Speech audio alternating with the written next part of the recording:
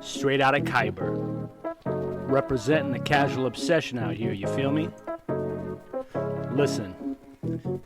So I've been chilling out in Ebby. I just washed up on a ship. On the beach, some fool called Jeets is talking crazy. He's a trip. Thought I'd go hit the inn and grab some ale. Just kick it.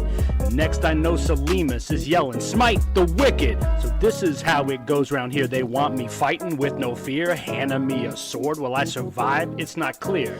Cause now they got me running down a crypt so hating rests. These traps can slap scary, get back, but hey, where's the crest? I'm grabbing scrolls, doing puzzles, and even killing rats. And spiders from the floor, yo, can't y'all get some cats? I'm guarding crystals from cultists, you know my weapons, they smoking. This Drexel hand is evoking, suspicion spells are being spoken. This is my adventure, it's my journey. All my trainers out here got me learning. With some gold I paid a friend called Byron. Monsters come around here, that boy Wylin in Korthos. Yo man, who really runs this place around here anyway? Mayor? What? Coin lords? Huh. I guess if they're paying, I'm playing, you feel me? Shoot. Yo, just a meathead out here. Straight out of Kyber. Representing the casual obsession out here.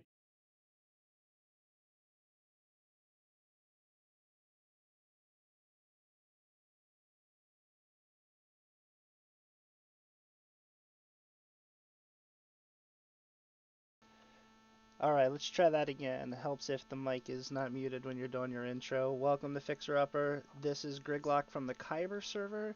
I also stream live at twitch.tv/the DDO Experience. Welcome to Fixer Upper. For tonight's show, I'm going to be joined by Cashel from the Kyber server. So he's going to be arriving here shortly. Tonight we're going to go over a little bit of a different type of build than we've been covering. A lot of the builds we've covered so far I feel like would hold up really well in endgame Reaper content. And full disclaimer for tonight's stream, this build is not that. So let's go ahead and let's jump into the prompt here. So I was browsing through the forums this week looking for another build to cover live on the stream, and Trod7 posted and said, "Hey, I'd like some help with the dual class Cleric Wizard build. I normally go Rogue, but want to try the dual class Wizard and Cleric or Cleric and Wizard. Any suggestions on a good all-around build would be greatly appreciated. I've never really tried anything yet and don't want to waste time on trial and error. Thank you in advance." So a lot of folks chimed in with different levels of advice. And I said, sure, we'll take that on for the live stream. Somebody had asked him, what is your play style? How do you want this thing to work out? And he said, I dual wield and mostly solo. I like to play more difficult ways of play. For instance, say level 10 character and the quest is say level 13. Enjoying the challenge is most exciting for me, especially when I solo. I play hard and love the impossible. So, well, with a Cleric Wizard combo, Trod7, you are not going to be disappointed.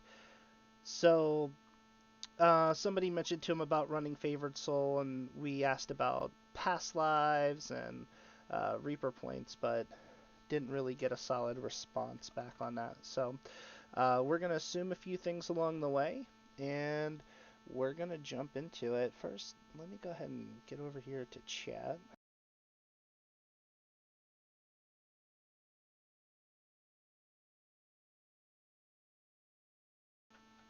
There we go. Hey, Tough, welcome to the stream. Tough said, I played a 4-wizard 16 Alk for Undead Mantle and negative AoE and Flick Bottles, which heal me while killing monsters. I think that sounds like an excellent idea. Unfortunately, that was not an option for us here, so let me see what we can jump into here.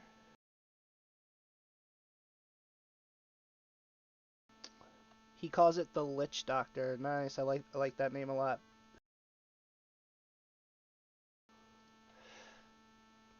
Alright, and Tough also does a pretty nice live stream here as well, so I'm gonna give Tough a little shout out.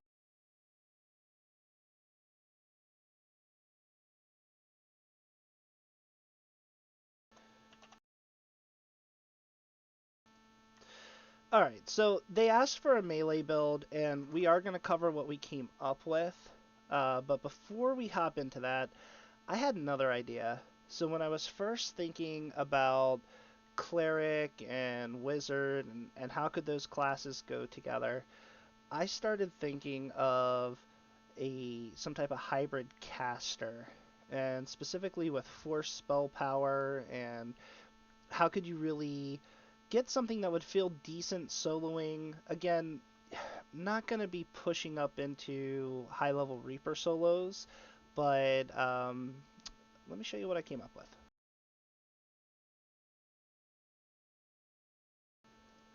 Alright, so I called this the Archmage Priest. And Tuff says, I have built Cleric Wizard on Iconics to cover the interaction between Mass Inflict and Pale Master Undead Immunity Strip. Yep, I think there's some really good synergy there. I was thinking, how can you really push the limits to get up into endgame? And specifically, I wanted to build this around being some type of hybrid that took advantage of the cleric domains, but also felt distinctly like a wizard play too, because I wanted to capture both. And with a lot of the builds that I could think of off the top of my head, I think it would either end up feeling like you're playing a wizard or feel like you're playing a cleric. But how do you capture really the essence of both? So there's three builds actually tonight we're going to go over. We're going to go over this one, and we're going to go over two melee builds. So we're going to try to just spend about a half hour on each build. I am going to post these on the forums in that thread, and then I'm going to link back to them in the Fixer Upper section of the forums as well. So there'll be links to all of these if you want to check them out after the stream. So looking at the magical breakdowns, pretty healthy spell point pool, just under 4K. When you're looking at the spell points too, you have a lot of reduced spell point cost built into the build, and then additionally you also are going to have a lot of reduced meta magic costs. So we can fully maximize all of our spells, taking advantage of a lot of the damaging, a lot of the incremental damage from the metas. Let me just refresh these stances.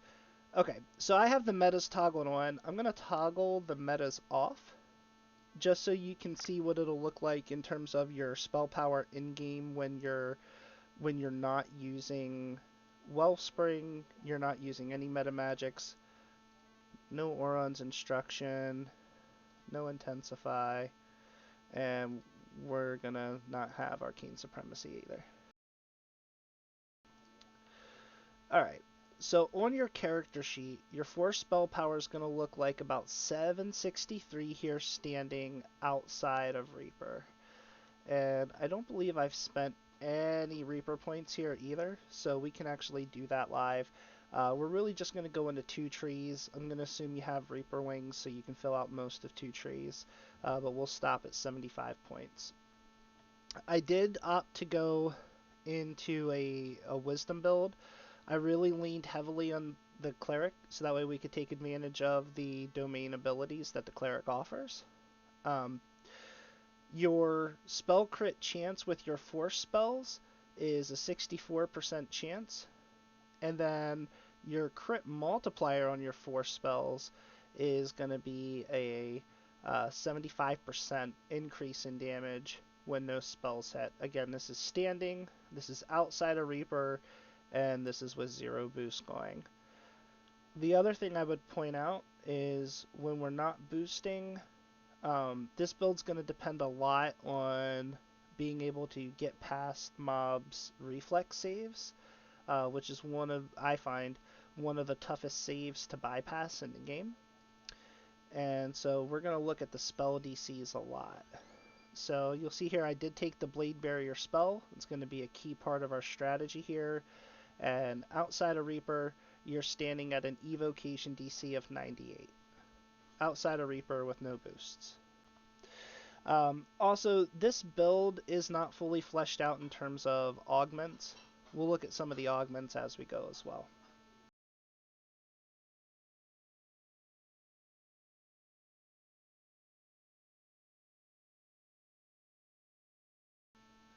Alright, so let me go ahead and walk through some of the basics of the build. We are taking a lot of meta magic feats, as I said. We're taking the Maximize, Empower, Quicken, so in case we do get hit, our spells still go off. We're taking Enlarge for the spell range, and we're also taking Intensify for the extra spell power. And for the Cleric, I did end up going Good Domain. The reason I wanted to go Good Domain, I'll show you this on the wiki.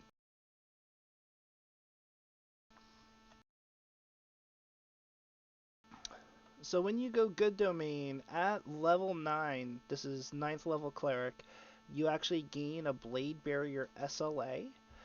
It's only 20 spell points and has a 30-second cooldown. So we're going to take good advantage of that. The other reason I like Good Domain is for the extra hit points. So whenever you use Turn Undead, your party is going to gain temp HP equal to 5 times your Cleric level for 20 seconds. So we did go up to 14 Cleric levels. You could go all the way to 15.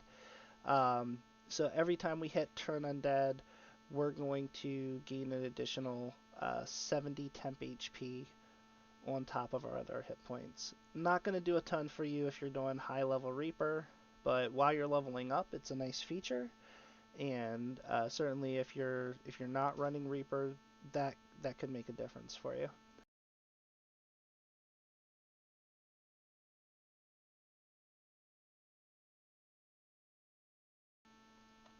Alright, so I did take the Spell Focus Mastery for Evocation. We did take that because, again, we need to maximize the Evocation DCs for those Blade Barriers to hit.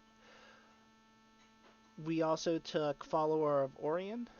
The Followers of Orion actually end up getting a Orin's Instruction, which is going to give them a +4 bonus to their Wisdom, which is going to equal to +2 DCs to all of our spells when we're using it. Also, if you do end up working in some type of swap item for Turn Undead, Orin's Instruction is actually really solid for using for Turn Undead as well. I took Toughness, mental toughness, and improved mental toughness. This gives an extra 1% chance for your spells to crit, and it also enhances your spell point pool. I did take the Past Life Arcane Initiate. That raises all of your DCs by +1. I did take Heighten. So with 14 levels of Cleric, actually at 13 levels of Cleric, you actually get access to level 7 spells. Blade Barrier is a level 6 spell. So this Heighten feat is actually going to add +1 to the DC of my Blade Barrier as well. You may argue that there's something better you can take instead of Heighten, and I would say you could confidently swap that out if you feel like you don't need that 1 extra DC. Alright, Wellspring of Power. There's kind of 2 schools of thought here. If you find yourself failing on the reflex saves, everything's saving against your Blade Barriers, you're going to swap this out, and instead of going Wellspring, you're actually going to take the first feat here,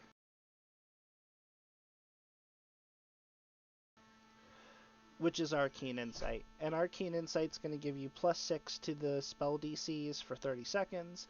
It's also going to expand your spell point pool. Personally, I think I'm going to be able to hit the reflex saves, and so I'm gonna err on the side of doing damage rather than raising the DCs.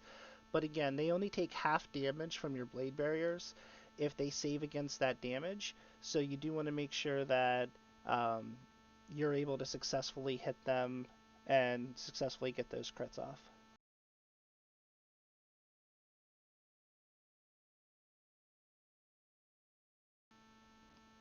Alright, Epic spell power, positive spell power. You are a cleric after all, you will be able to heal.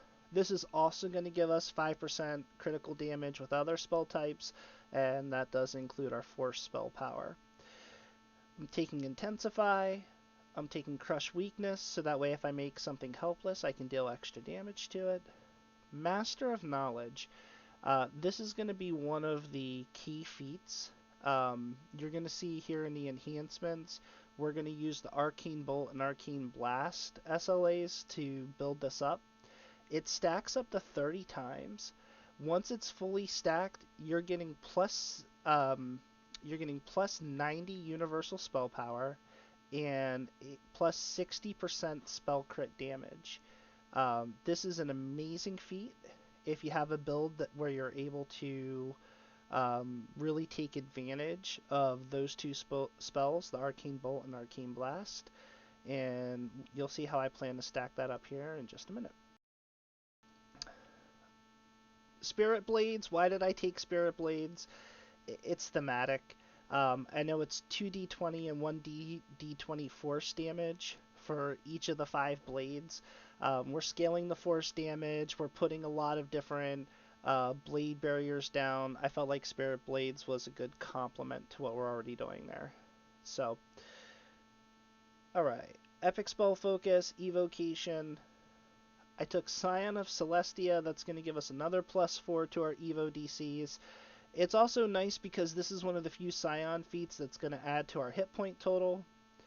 And then I took Arcane Pulse at level 31, which of course is a stacking force dot. And since we're going to be primarily focused on spell power for force, that actually fits really well with everything we're doing here thematically. So one of the huge problems with playing a caster that is multi-class is your caster level is equal to your class level. So when you have spells, here, let me go to the Blade Barrier spell.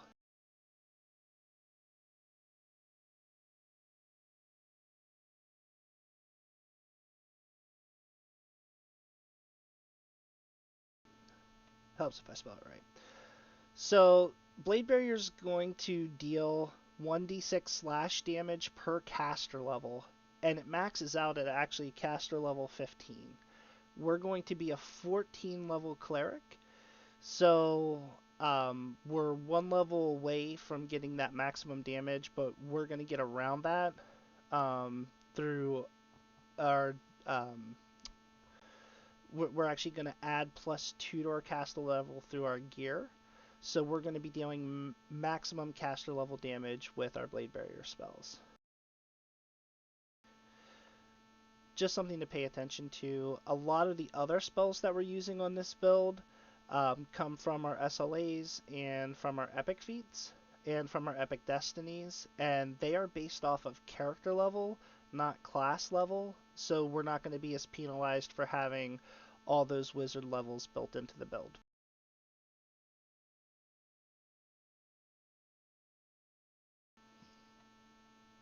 Alright, so let's get into the enhancements here.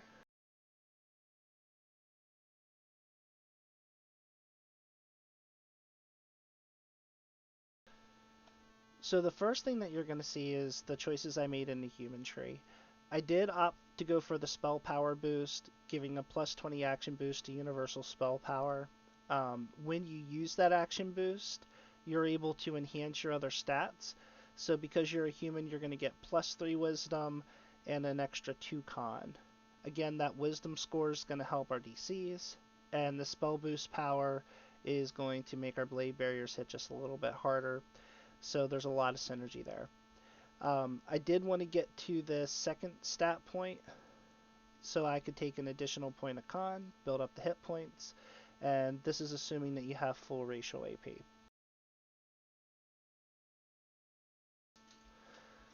Then we move over to the Archmage tree, and the thing I like about the Archmage tree is that it includes the Arcane Bolt and the Arcane Blast SLAs. And the reason you want to get these is they're low cost in terms of your spell points, but the big thing they're going to do is they're going to build up that Master of Knowledge, you can use these constantly. You want them cycled very early in your hotbar rotation, so that way you're always keeping max stacks of Master of Knowledge. So let me close this out here. So for instance, just looking at our spell crit multipliers, once we, let me go back to stances. Once you have those 30 stacks of mental honing, now you're up to 135% force damage from every spell that you're casting, because everything's focused around those force spells. That's huge. One thing I'd love to fit into this build if I had extra epic feats, obviously would love to fit in Ruin, Greater Ruin, but I don't think you're really going to take full advantage of those, which is why I went with Spirit Blades instead.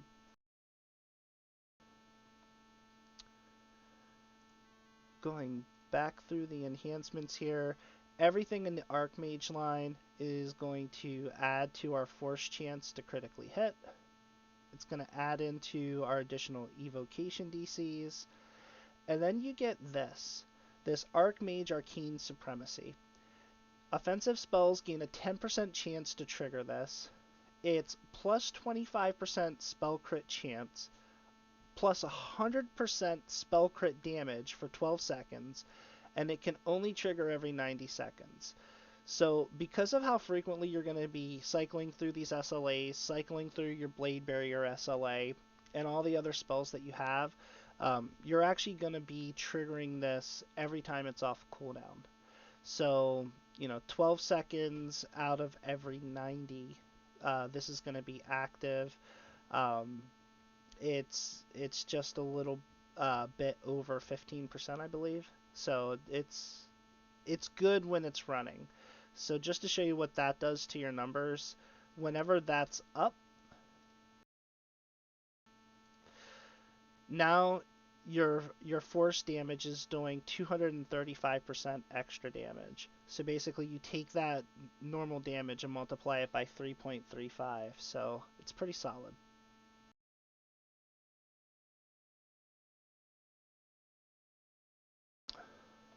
Again, once you factor in all of the metas, your maximize, your empower, your intensify, you have arcane supremacy working.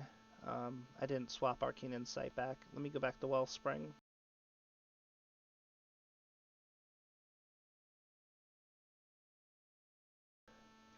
You have a big boss fight, you hit that Wellspring. Now you're up to an 89% chance for your spells to crit. And then in addition to that, whenever they do crit, you're hitting with an extra 255% spell power bonus to your damage for those critical hits. So, overall it's as solid as it's going to get for this little hybrid build, which should not work at all. And again, if you're joining the stream a little bit later, this is not a build that I recommend for High Reaper. I'm just doing the best with the class splits that we were given to try to make something that's interesting, fun to play, and something a little off the beaten path from what other people are playing in game now. I do agree with Tuff's comment. I think going the undead route and enhancing your negative energy, and instead doing some type of Pale Master, Dark Apostate hybrid, I think that would be really fun to play as well. I think there's a lot of synergy there. But that's not what I did for this one. So Tuff, if you're out there, if you want to build it or if you already have it, I'd love to see that on the forums if you want to post that as a response once I post these builds up. Alright, so that's a high level overview of this build. Let me go through the destinies. So went pretty heavy into Magus.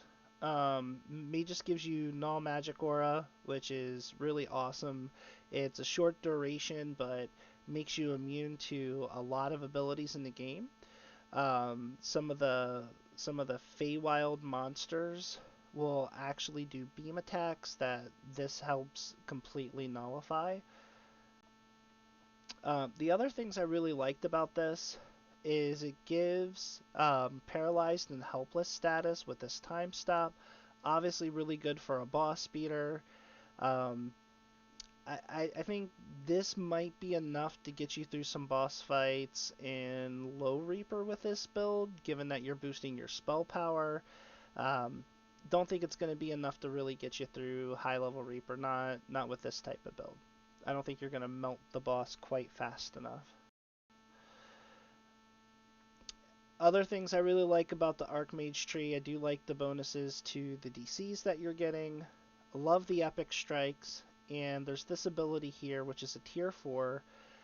This is going to allow your Arcane Pulse to stack up to 7 times. So it's actually a huge dot that you can apply to anything that you're fighting with a little bit more HP.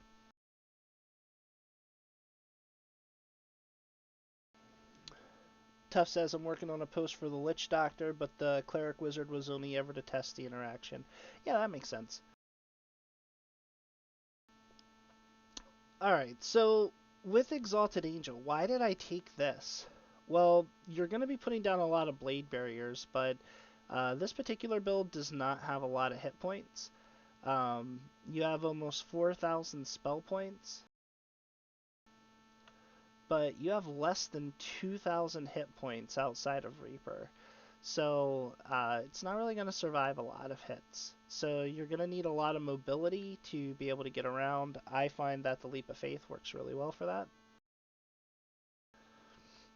So I wanted to pick that up. I also wanted to pick up Stand and Be Judged.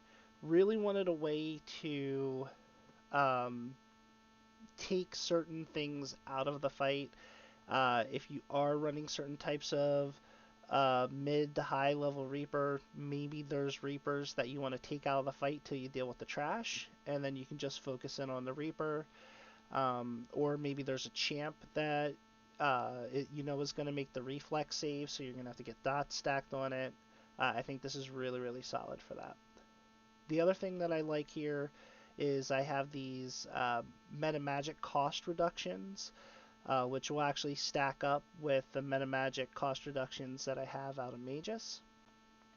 I'm able to boost my turn undead abilities in case you want to include an item to swap to get some additional turn action, especially as you're leveling this build. That'd be really solid.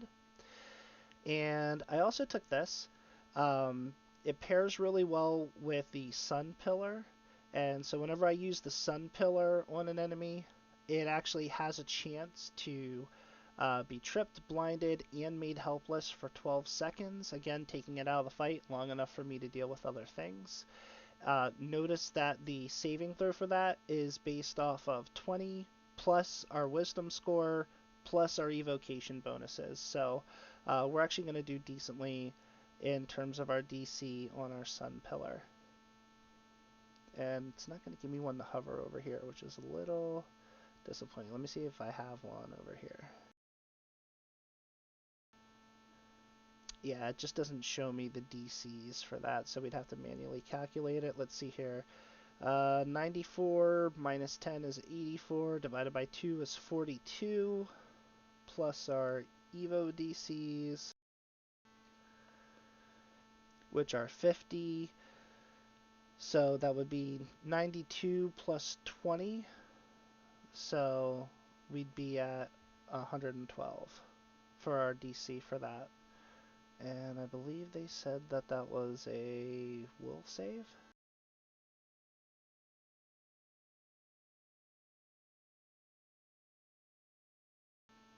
Yep, it's a will save, so you'll be able to hit a lot of things with that. Especially the things that are making the reflex saves. This will be decent for taking them out of the fight. And then I didn't have enough AP to go around, but if I had another 10, 15 AP, I'd go a little bit deeper into Crusader, drop some Crusader patches along with the Blade Barrier, not only to provide additional healing, but to deal some additional damage to the mobs.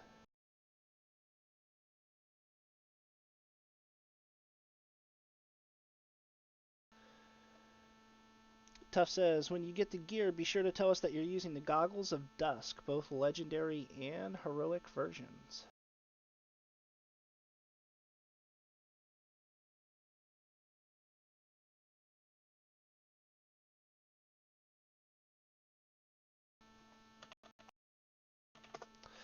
Let's go to the wiki. Goggles of Dusk.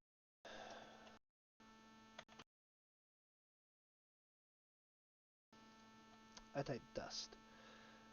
Oh, for the quality wisdom, the Evo, the insightful Evo, and the quality spell mastery. No, so I set up the gear a little bit differently for that. These are nice, but I'll show you what I fit in instead. I think you might do some gear swapping if you played this. If you really wanted to try hard at higher level Reapers, I think you would do a lot of gear swapping depending on what type of casting that you're doing.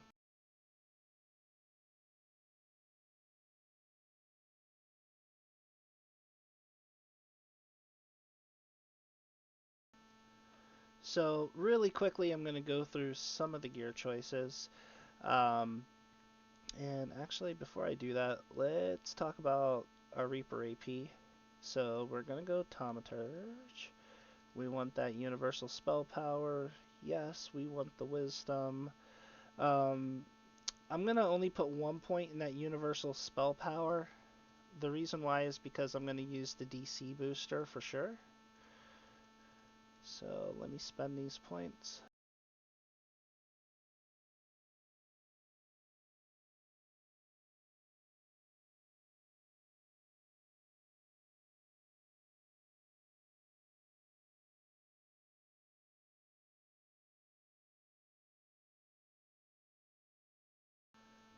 And that's about as far as I'd go there. And then I'd put the rest into Grim Barricade. Um,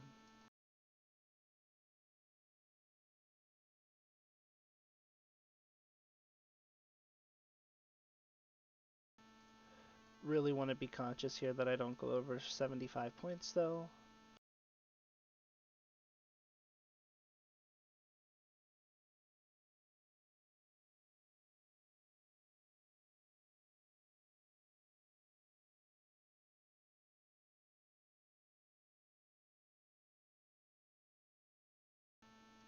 Okay, it would end up looking something like that.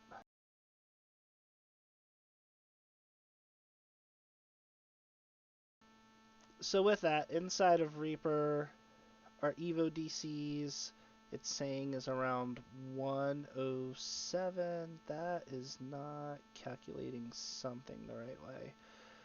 Let's see here, 54. Our wisdom, we don't have an orb in yet, so let's call that 100. So that would actually be 45 plus 54. So that would take us to a 99. So it would be a little bit better than what it's showing on here. Alright, so let's talk about our equipment. For the filigrees, I really wanted to get the Zaragans for the 24 spell power. I only went 3-piece because I also want to maximize my wisdom score as much as possible, and I also wanted to fit in this Dragon Soul set. With the 5-piece Dragon Soul, you're reducing your spell cooldowns by 10%, and you're adding 10% to your spell critical damage. I did want to grab the 24 spell power here, and then everything else is just dedicated to putting wisdom back into the build for the DCs. So, again, if you have a better suggestion, open to it. I like to start with the set bonuses that I'm going to want to have, and I work my way backwards into it.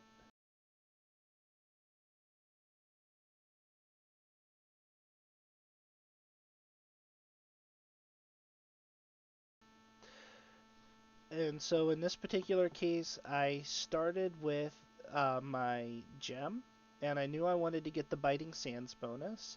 The Biting Sands bonus is an artifact bonus to Force spell crit chance, Force spell power. It does increase my MRR cap. Because we're a cleric, we're going to get heavy armor proficiency, so we're going to use that as well. From there, there's this really good university set. It's called the Delight of the Devourer, and that's going to give you artifact universal spell power, spell crit chance, legendary bonus to spell crit damage, and it's going to give us some additional damage to helpless targets, which I think is really good. I also wanted to fit in a profane set bonus, so I went with Dread Isle Curse in this instance. The reason I went Dread Isle is because the um, artifact allows you to build out your crit damage, and this mirrors the old legendary green steel items. So you can see here, I'm actually getting 35 percent on my spell crit damage just from this one item, which is nice. And then I can also fit in Sacred or Profane DCs. I'm gonna get Profane from the set bonus, so I went for Sacred. So knowing that those were the set bonuses, I worked the gear around that to always choose the either something that added to my DCs or something that was going to add to my spell power when it was available. So for instance, this Pendant of the Earth is going to give me Insightful Impulse. Um, the Gorse Mage Hand is going to give me Impulse and Kinetic Lore 23. It's also going to give me a free feat of Elusive Target, which is a 5% chance not to take damage, and this is a separate from a dodge calculation, so it's incredibly useful, especially when you're kiting things through a blade barrier and you don't want to get hit. For the eyes, so I ended up going with the legendary Eyes of Enlightenment. And one of the reasons I really like this is you get +1 quality bonus to your PRR per religious lore feat, and that actually stacks with other items for PR. But this isn't really a defensive build. So if you look at it, yeah, we only have 187 PRR. So I was mainly thinking that plus the wisdom. So let's go ahead and take Tuff's suggestion.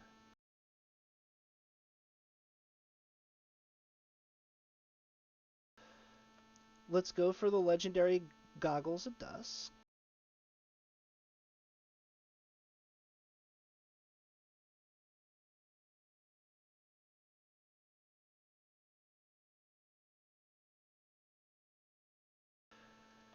And we'll go ahead and throw a +14 Diamond of Wisdom on there, which is essentially getting us to the same spot with our main stat as we would have been anyway. So that actually takes us up to the same Wisdom score, but when we scroll down here to our Evo DCs, we're up to 55 now. So that actually is a good improvement. Thanks for that, Tuff. And if we go back to our spells, that's going to put our Blade Barrier. We gained an additional DC out of that. And it's annoying me that we're at 99 and not 100 Wisdom, so I'm just going to throw a Globe on here.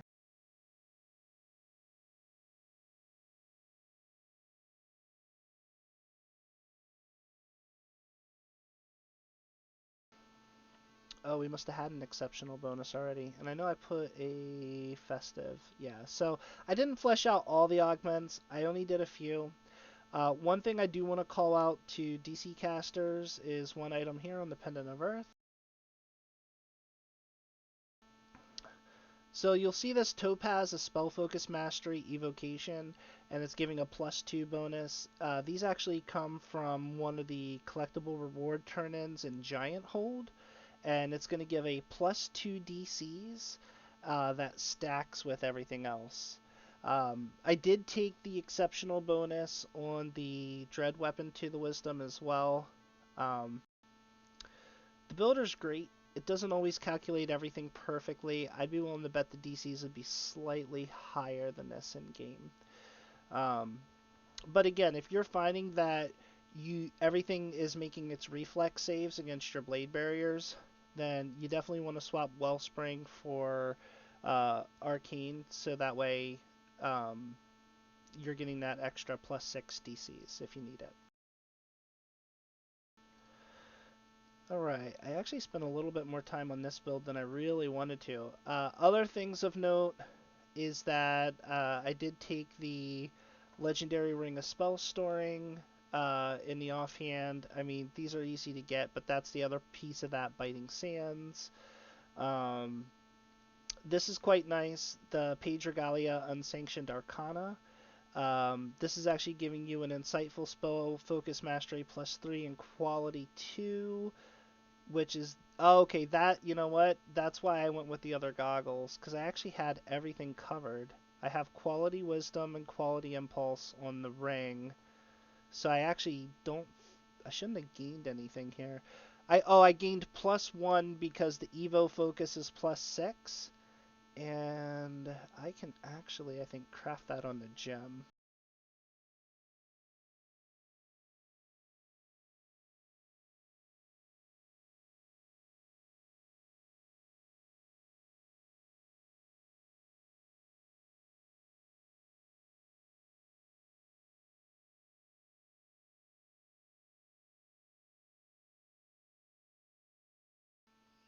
I'd have to pull up the Kenneth Crafter to see if I could get that to 6 on there. Insightful and quality focus on one item is hot. Yeah, so this cloak actually drops from Fire over Moorgrave. It's really nice because it's focus mastery. It applies to everything. So I actually do prefer that. It also gives me 5 charges of turn to page. And turn to page essentially cuts my spell cost in half. So again, another just spell point saver there. So there might be something else that we could do, and I'd have to look into that. There's probably some wisdom. I have insightful. I think I took insightful on a gem.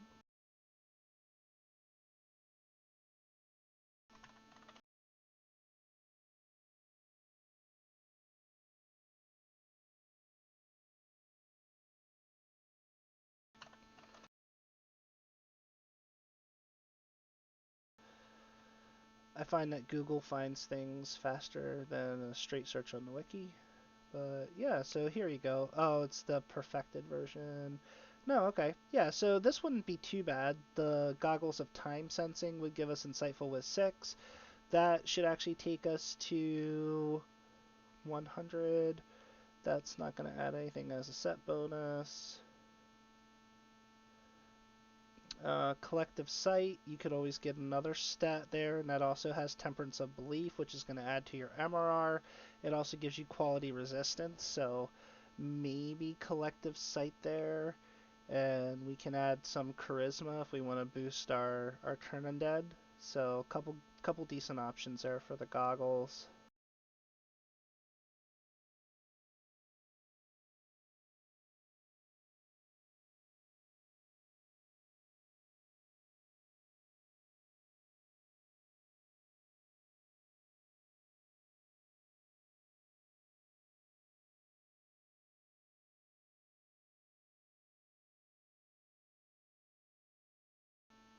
I think for now I'm going to pop the Collective Sight in there.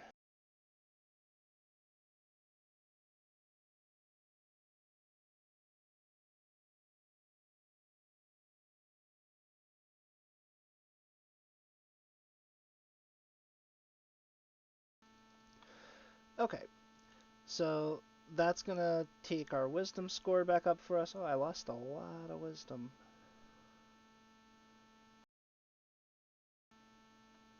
Oh, okay, I remember why.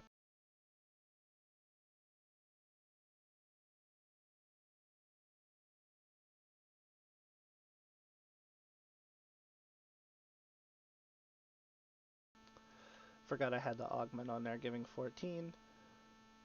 Okay. Alright, so let's go through the next build. Again, these are going to be posted on the forums. I'm going to flesh out the augments a little bit more before I actually get them posted up there. And for the next build, we actually went to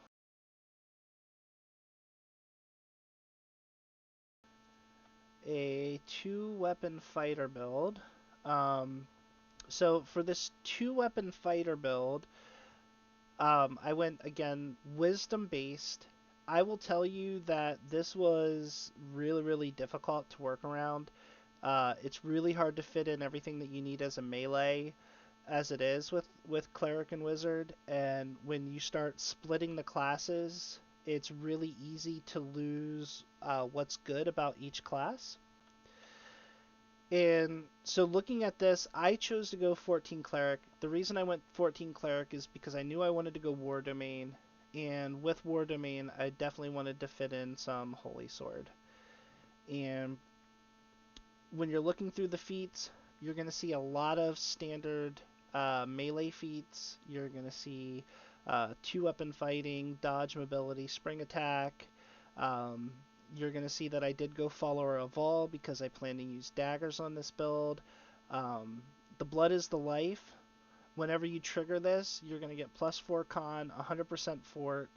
You're going to get PRR and MRR equal to the number of religious lore feats that you have, and you also get Vampirism. Now again, in Reaper mode, that Vampirism isn't going to be very great, but the other stat bonuses I think will be quite nice, especially on a melee. Being War Domain is going to give us the weapon proficiencies, but ultimately what we're looking for is the Holy Sword feat.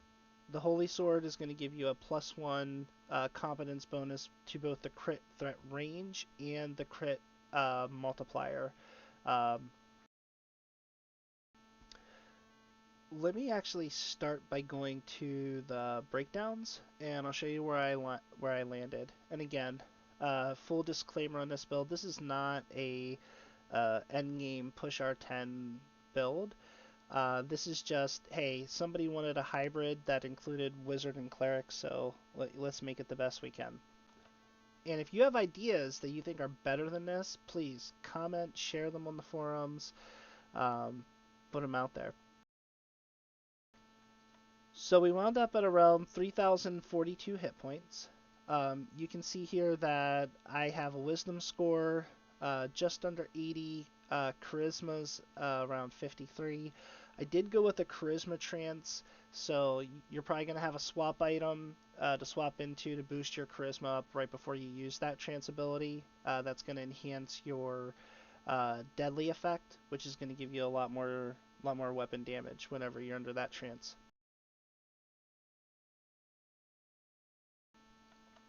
So, melee threat gen, we're at -80. That should be a little higher, but trying to work a lot of different things in. This one I'm happy about, though. I was able to get it to both 100% offhand attack chance and 100% double strike, which was not easy to accomplish.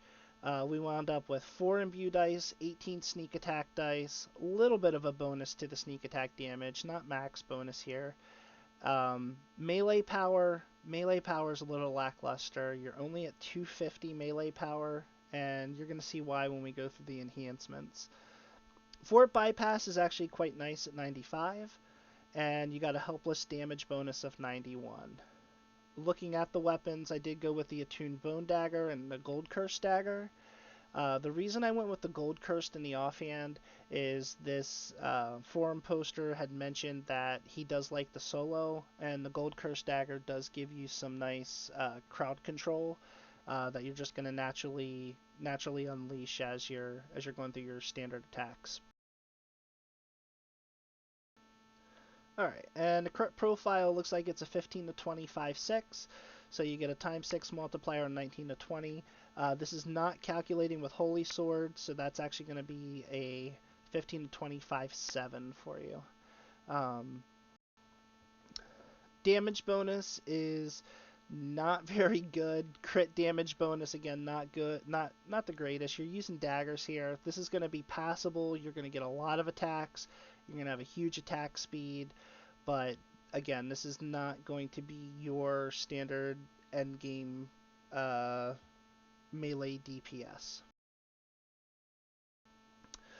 I don't think anything really stands out here in the feat choices. I did end up taking Whirlwind Attack. I know that cleaves don't always feel great on a fighter. I do like that it hits everything twice, so because you're 2-weapon fighting, being able to get 4 hits on a single target with an attack feels good, especially if you get some of those to crit. I did go Ethereal Plane. I wanted the extra sneak attack dice. and I did fit in elusive target here because you don't have a small hit point total, but you don't have a standard, what I would consider a standard Reaper melee hit point total. 3k is a little bit low. Let's see here. In Reaper, it has us just under 4k. It's not the greatest. When you toggle the trance on and you're getting that extra charisma modifier to your damage, it gets a little bit better, but um, these aren't huge numbers here. It's not what we would normally expect out of a huge endgame melee. So, uh, again, as I'm going through the choices, if you have commentary, I'd love to hear it. If you think I went wrong somewhere, hey, you should have gone, more EK, focused on end, maybe go Harper for the trance instead of the choices you're going to see that I made here. Open to the feedback, and love to see these builds get a little bit better.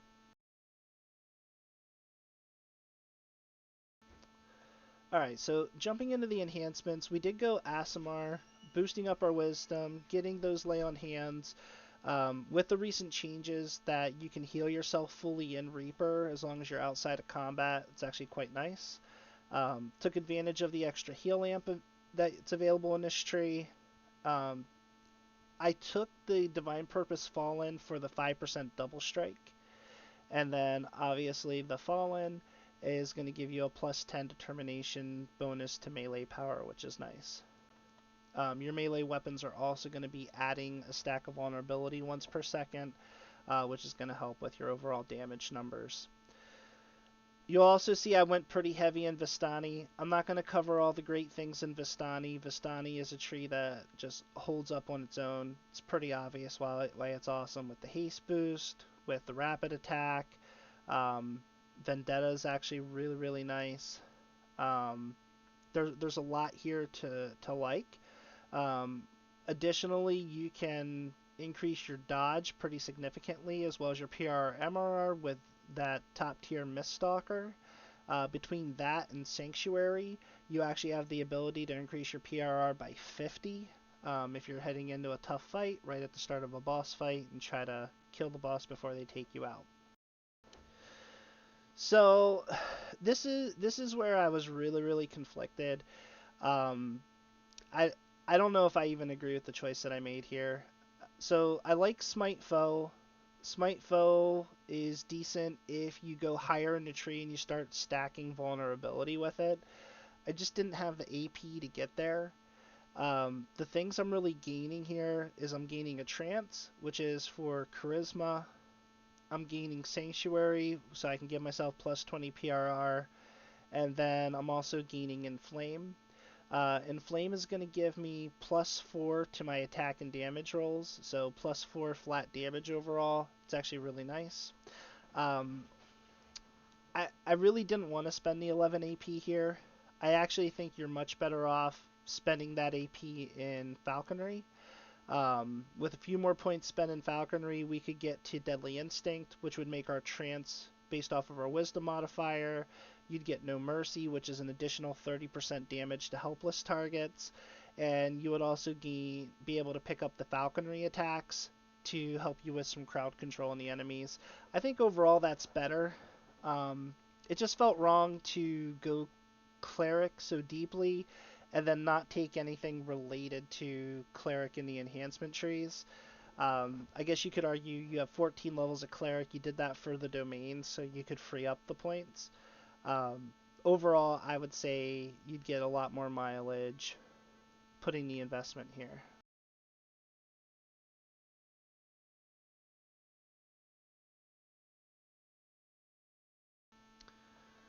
It's just such a strange stack up.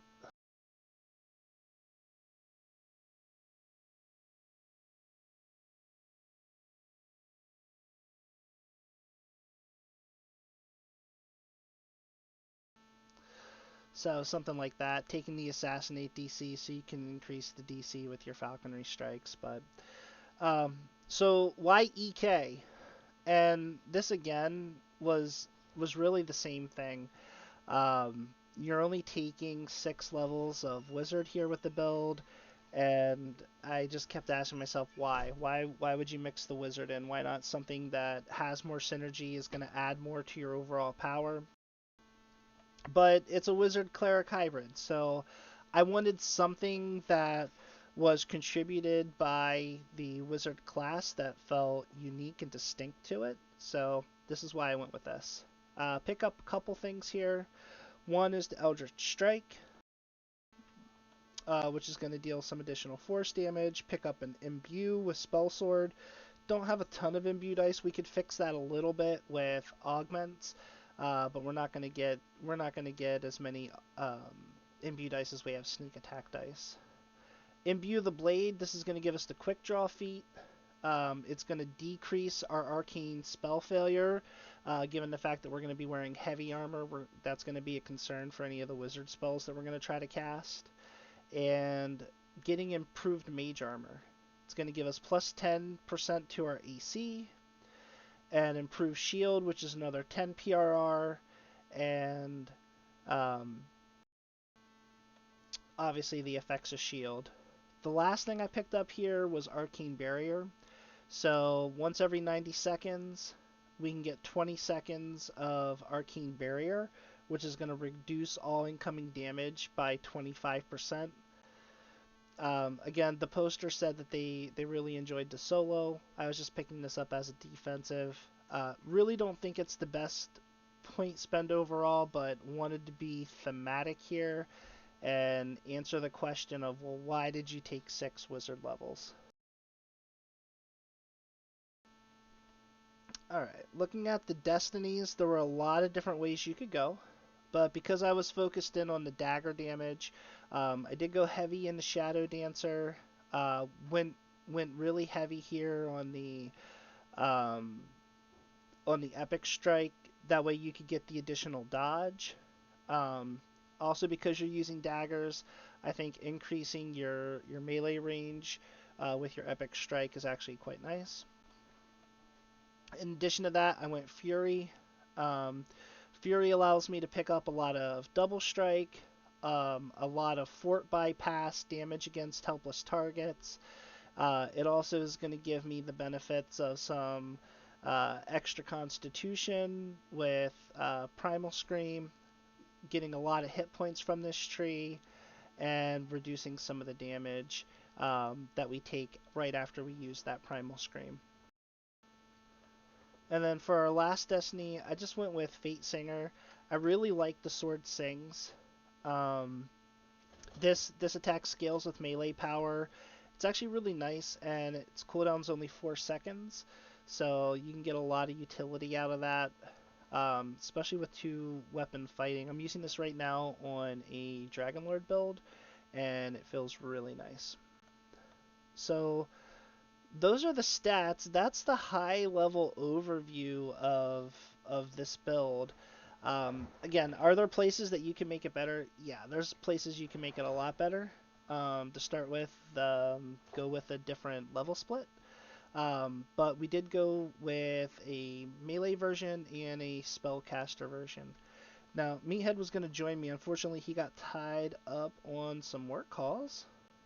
So I'm going to take a quick break here, but before I go, I just wanted to talk for a moment about Cloth Armor Company. Cloth Armor Company is a brand new t-shirt design company. They are shirts for people who like the game, and you can actually find their product online at clotharmorco.com, and I can pull up their website here.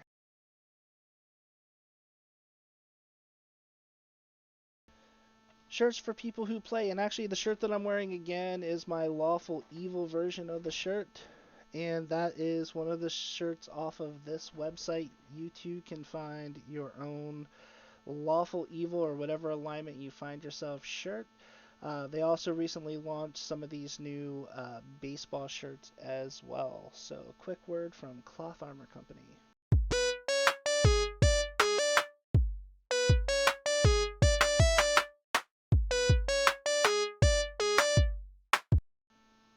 Alright, real quick break here. I'm going to refill the coffee and I'll be right back.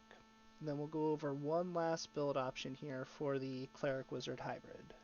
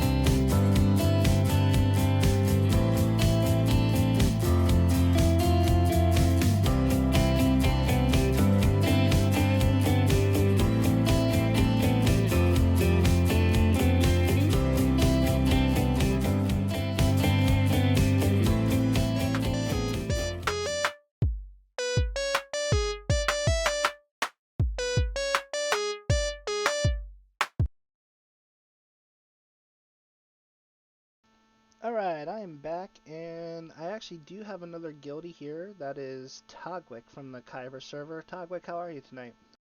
Doing alright, you?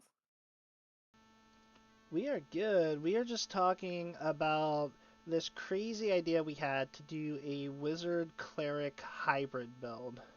And unfortunately, Meathead got tied up with work, so thanks for jumping in.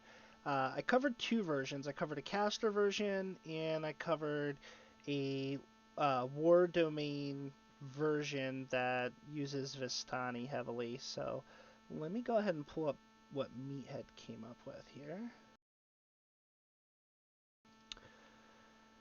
And what he did was a little bit different. So he actually went with a dex build. At least I think he's calling it a dex build. Well, he says it's a dex build, but he's definitely a little heavier on wisdom. It looks like he went with a little bit more of the standard melee setup with his filigrees. So, Sucker Punch, one against many, fitting in melee power, fitting in Dreadbringer. For his feats, looks like he's going to be scaling his damage with hide. I'm not sure. I'll take a look at that. Stealthy. He also went 14-6, which is interesting. I see the mental toughness here. He also went Blood is the Life, also went Holy Sword, Spring Attack, Ethereal Plane, Elusive Target. So he made a lot of similar choices to what I had there. Let me pull up the enhancements. Okay, so he decided not to go Falconry at all. So instead, he's really heavy in Vistani. He actually went a little heavier in War Priest instead of Falconry. He picked up all three ranks of the Trance ability, and then he picked up some of the extra weapon dice, and he did pick up the Smite weakness. I love the 4 flat damage from Inflame. I just feel like overall you end up getting a little bit more bang for your buck with the same point spend in Falconry, but he's not wisdom based, so Exactly, then that doesn't really help too much. There are some nice things in there, but if you're not having that high wisdom, then you're not getting the most out of it. alright, so let's look at what he has for Tabaxi. Tabaxi, he's getting the dodge, max dex bonus, increasing his dex, picking up deflect arrows, gaining some sneak attack dice. He's picking up dex damage there, so it's quite nice. That's a good one. So he's picking up 5% offhand strike chance, 2 sneak attack dice, plus 3 flat damage. Okay, so, and some dex. Okay.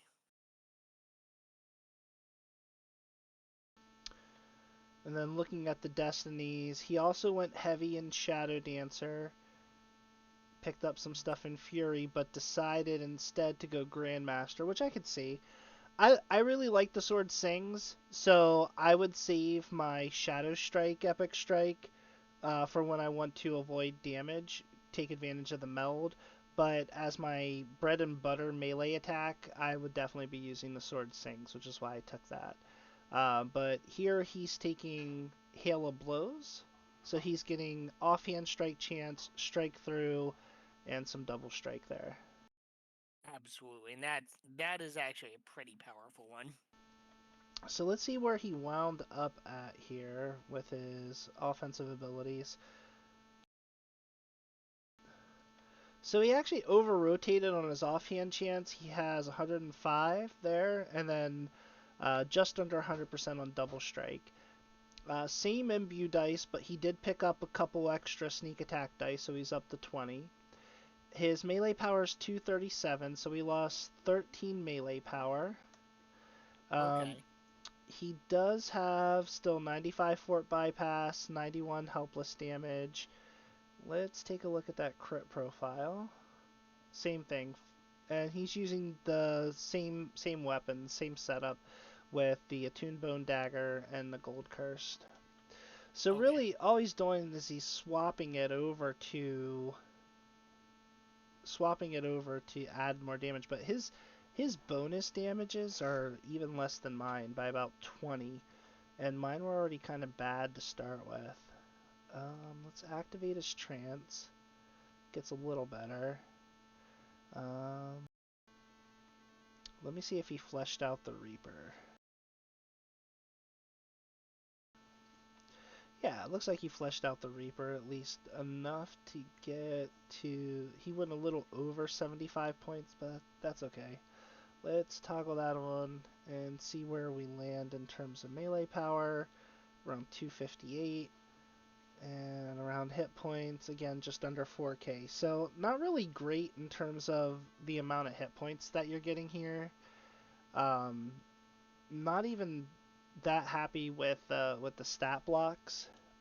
So a lot of times when you see players who are min-maxing their end game builds for Reaper 10, whatever you're focused on, you have to be extremely focused. You have to squeeze every flat damage out that you can. You know, if you're supposed to be stunning, you need to make sure your DCs are high enough that they're going to be landing. Just with this wizard cleric melee build, I feel as though personally cleric and wizard both leave a lot on the table when it comes to melee builds as it is. And Yeah. I think you need to mix some type of martial class in with them to even make it viable, but that's just me. Tug, you have any thoughts here? How can we make this better, man?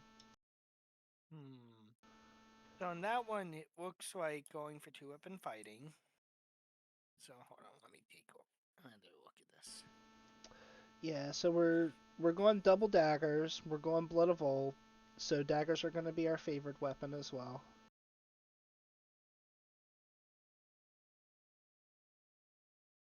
I guess what is what is mobility giving that?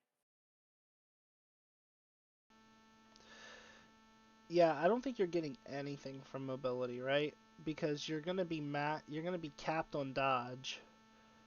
Yeah, so That's what I'm thinking there. Yeah. so what would you take instead? Probably feint, right? Well, let's see what we've got for options there. Feint is a good option there, especially because there is a good amount of sneak damage.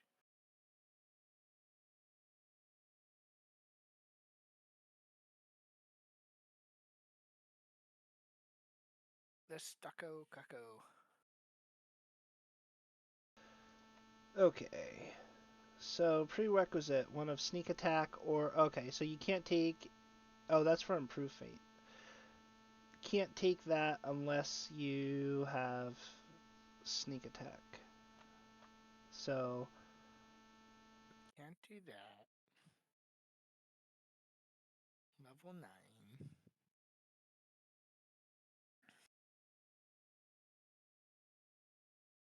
Let me take a look on my game. Do a little bit of thinking here. yeah, so feint basically would make the items good. Oh, okay, yeah, Zims is pointing out it's for spring attack. And the spring attack's nice, it can get you out of sticky situations, and with this melee build, you're going to get into some sticky situations, so you're going to have to get away. Okay. Um, okay. Thank you, Zims.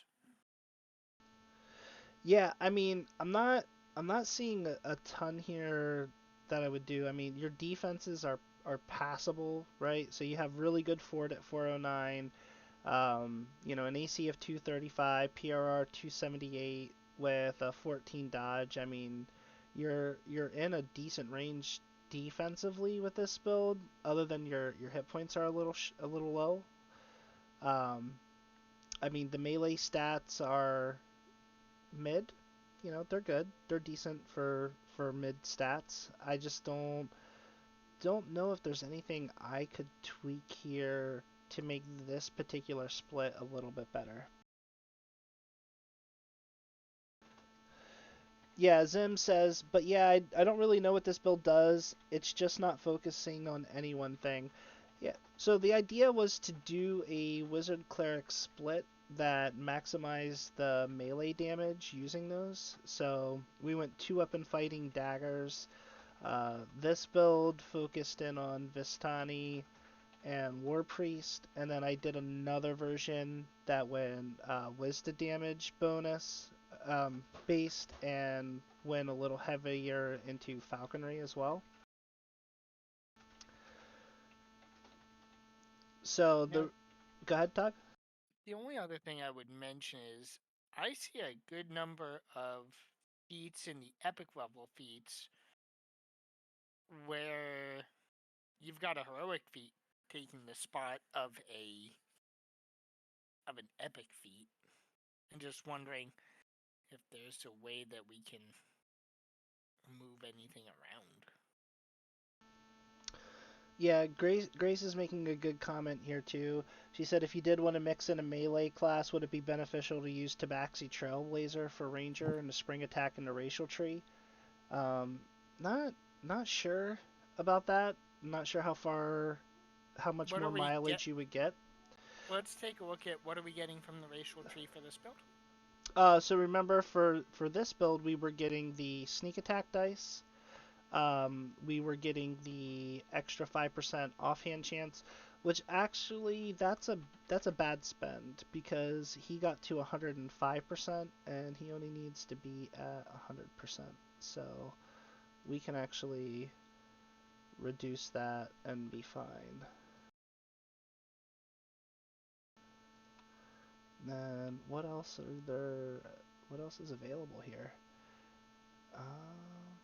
I mean, we could get evasion and go to medium, or sorry, go to light armor instead, and take advantage of the dodge bonuses, I guess. Well, You could pick up some dodge bypass. that because we were already looking at the dodge being capped, so I'd say the dodge bypass would be more useful.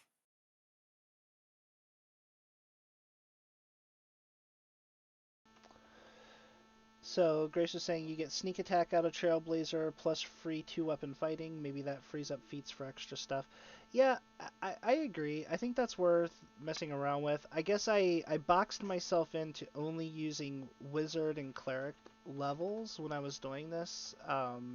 Just thinking through the build request. I guess at the end of the exercise, I can't think of a great way to make it feel like it is both heavily wizard and cleric at the same time, outside of the caster build that I went through. So the caster build, I actually think I'd have fun playing. As a matter of fact, I may at some point, just to have something to mess around with, I may actually do a version of this build. Um, this is the wrong one. So I did an Archmage Priest that basically maxes out the Archmage line, so I get Arcane Bolt, Arcane Blast SLAs. That way I can really take advantage of Master of Knowledge. And then I took Good Domain, and I'm dropping a lot of Blade Barrier SLAs. I'm using Spirit Blades and Arcane Pulse, and basically high-level force spells um, with Master of Knowledge maxed out. I don't think it'll solo R10s, but I think it'd be a heck of a lot of fun to play. I say that sounds like something where you're going to be doing a lot of damage that really can't be blocked, and yeah, that'll hit hard. I'd like to play with with that.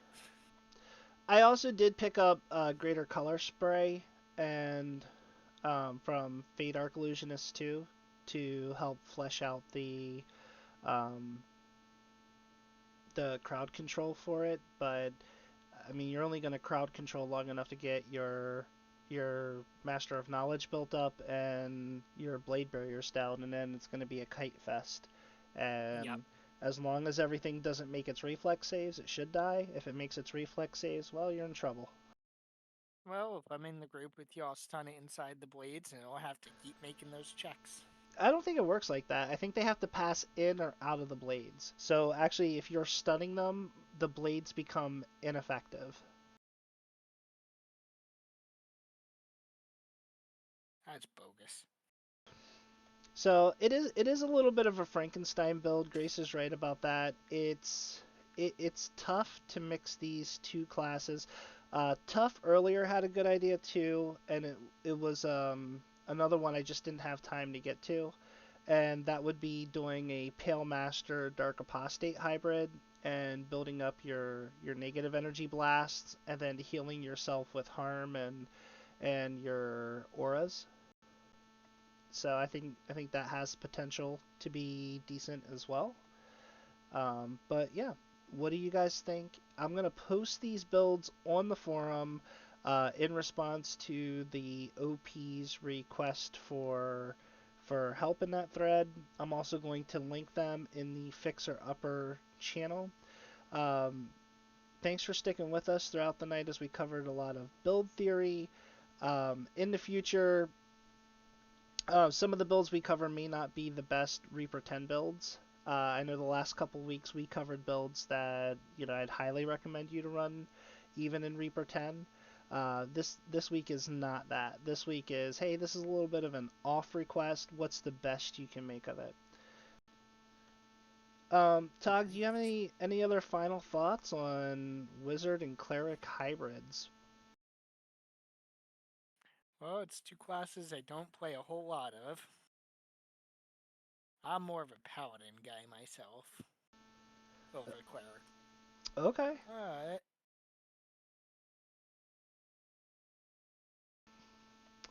Sign of the Ethereal Plane. Okay, that's a good choice for that. Yeah, he wanted to get the sneak attack dice. I guess another thing I would mention is this base attack bonus is at 18. So if you're running this build, you're going to be highly dependent um, on your divine power, which is a cleric spell that's going to raise your base attack bonus to 25. Basically, divine power. Let me pull up the spell in the wiki.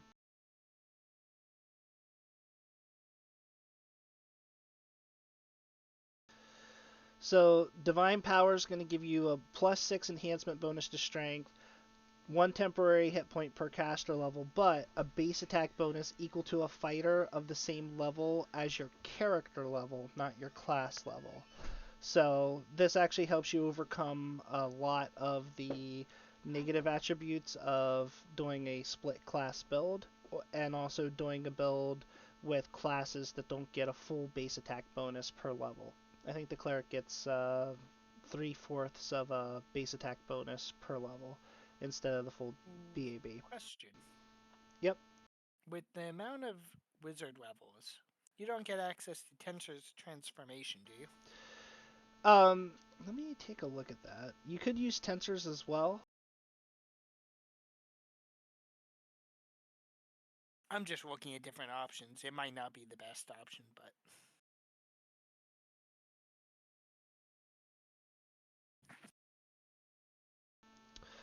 I don't remember what level tensors is. Isn't it 4th or 5th? it might be. It might be too high level.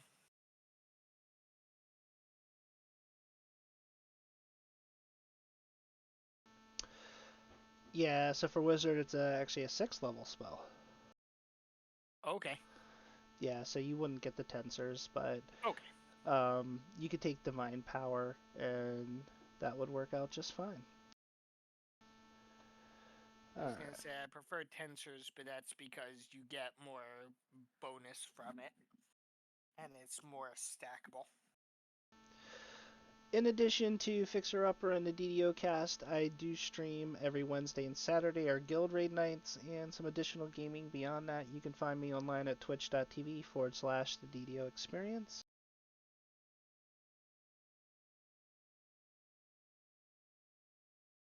This was a good time. And in addition to that, we do have a new t-shirt company. It's called clotharmorco.com. You can find the link in the chat, and here is what they do. They basically make shirts for people who love games. The shirt that I'm wearing tonight is one example of them.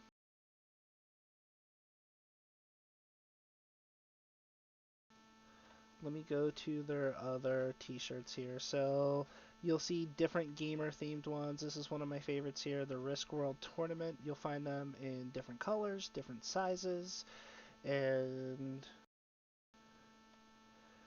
I think they even have some models who have been trying these on.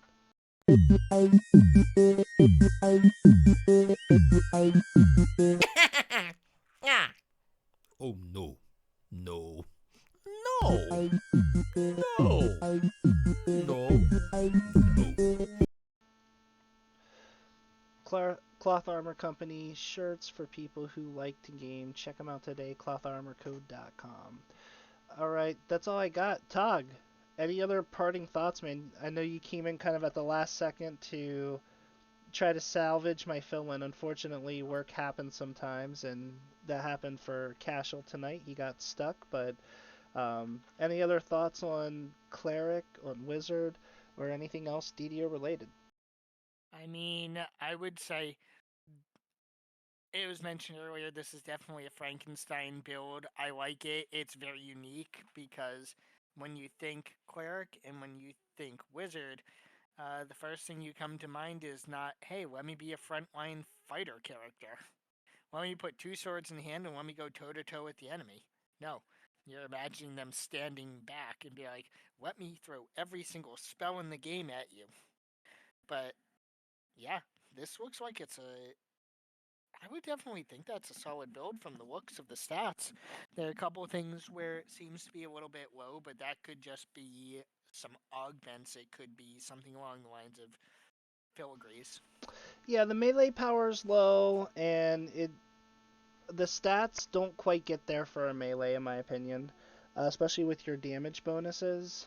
And I just think it's a bad split in general for melee. However, if you're playing low level Reaper on it, I think you could solo low level Reaper on any of these builds and be just fine. Yes, I would agree with you on that. I'd say at least up to R3, you'd be able to do it, maybe even R4 Yeah. without a whole lot of issue. Okay. Awesome. Well, I think that's going to wrap it. If you have a build suggestion or build idea, if you go onto the forums at forums.ddo.com, search for Fixer Upper, you will find the original post. Go ahead and post up your build that's in need of fixing upping, or if you have an idea but don't know where to start, post the concept. Be more than happy to cover it in a future stream. We're here every Monday night starting at 8 p.m. Eastern Standard Time, and look forward to seeing you guys next time. So, I'm actually going to close out the stream right after me. It looks like at 9:45 Eastern. Cozy Bean is going to be streaming tonight. Actually, let me give some shout outs before we go. So, I missed talking about Nacho and Kaleva on the last stream. If you were into the DDO cast back in the day, you know that that stream had a really long run, then it took a break. It seemed to have gone away, but nope. Kaleva and Nacho Wench have actually brought the DDO cast stream back. I believe they're streaming that on Saturdays at 3 p.m. So they also have independent streams. So let me get some shout outs here.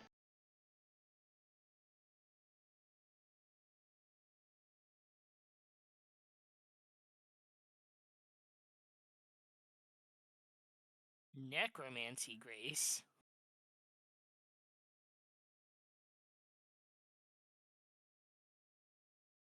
Grace, do you have some dark passion for the secrets of the afterlife? Being able to bend the dead to your will? One who doesn't like to do that. I mean, I like knocking skulls.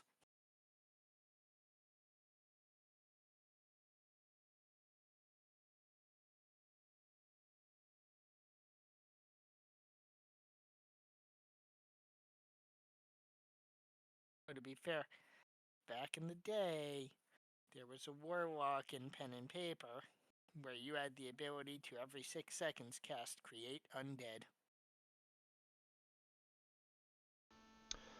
Yeah, I'm a big fan of turn undead and taking the undead out, but I don't know if we have a great option for necromancy in the game. Although maybe some version of the summoner build that's summoning those skeletals instead, instead of the hires like I was doing. What if it actually was the more caster version of Cleric and Wizard? With Mm, the, what is it? What's the new Cleric? I don't know that that would work very well. There's a lot of distinct bonuses that you have to do for summoner build to make it work in High Reaper. So, You would but certainly know that. I watched your summoner build in R10. it was a lot. It was a lot. So maybe we'll cover the summoner build on an upcoming stream as well. All right, let me wait out this timer. I'm gonna give Cozy Bean the shout out, and then I'm gonna end the stream. Thank you once again for watching, and I will see you guys next week at 8 p.m.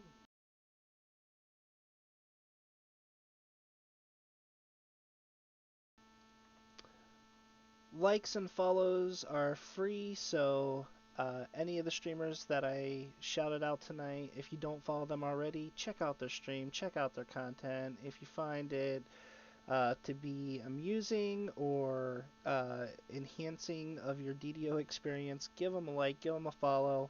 Once again, I'm the DDO Experience, Griglok from the Kyber server, and I'll catch you guys next week. Catch you later.